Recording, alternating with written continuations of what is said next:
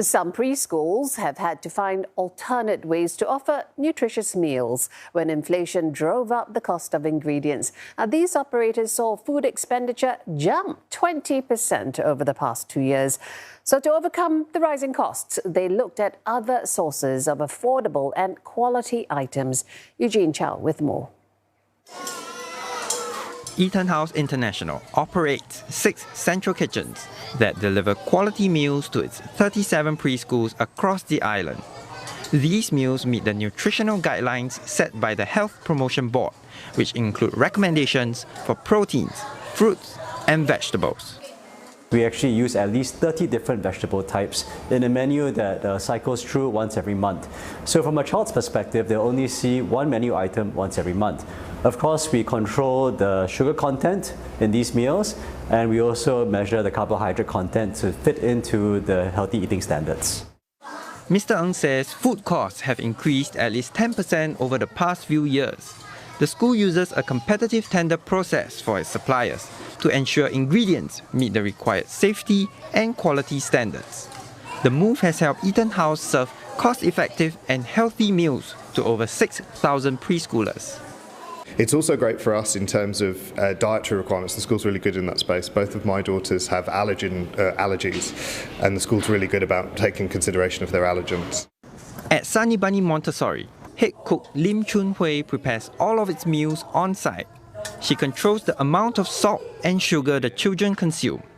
The school says hiring experienced cooks is one way to ensure kids get the necessary nutrients. When we calculate the nutritional value, they are able to come out with different variety and different options.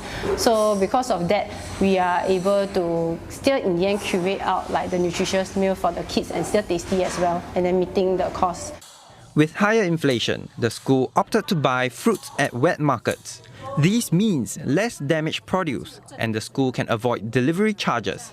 It also conducts lessons to help preschoolers develop healthy eating habits. 12,000 students received free breakfast bundles ahead of their primary school leaving examinations next week. The Cheers Breakfast Club initiative wants to give the P6 students a boost as they prepare for the important milestone in their education journey. Eugene Chow once more finding out what's in the bundle. These Primary 6 students have turned up at Cheers and FairPrice Express convenience stores for a very special grocery trip. More than 130 outlets all over the island are giving them a free breakfast bundle. It includes several nutritious food items meant to give students some added nourishment as they get ready for the primary school leaving examinations.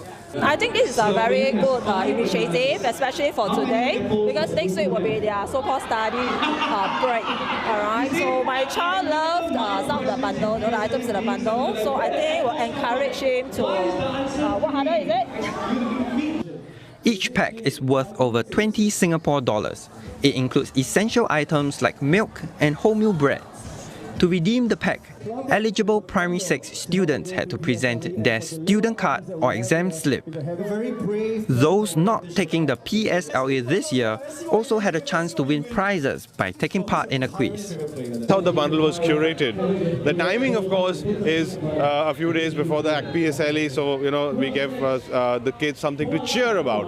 And of course, the way we identified it was to make sure that we give a reasonably large number of children an opportunity to get this breakfast.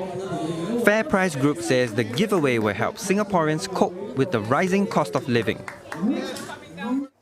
So let's take a closer look at food inflation.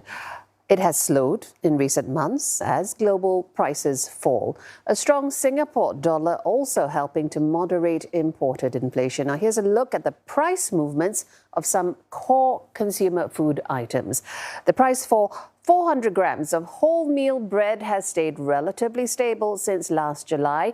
It peaked at the end of 2023 before hitting a low of $2.54 this May. Kilogram of chicken also reaching a high of $8.63 in September last year before slipping to $8.35 in July.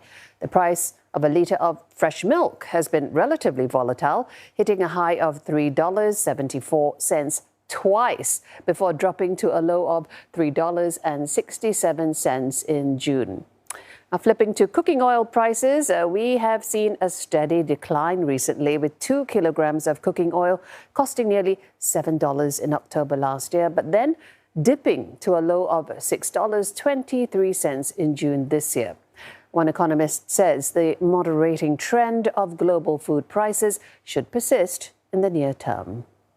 So I think we can expect food inflation to continue to be controlled, at least for the rest of 2024, if there are no major global supply chain disruptions and unexpected shocks such as from bad weather.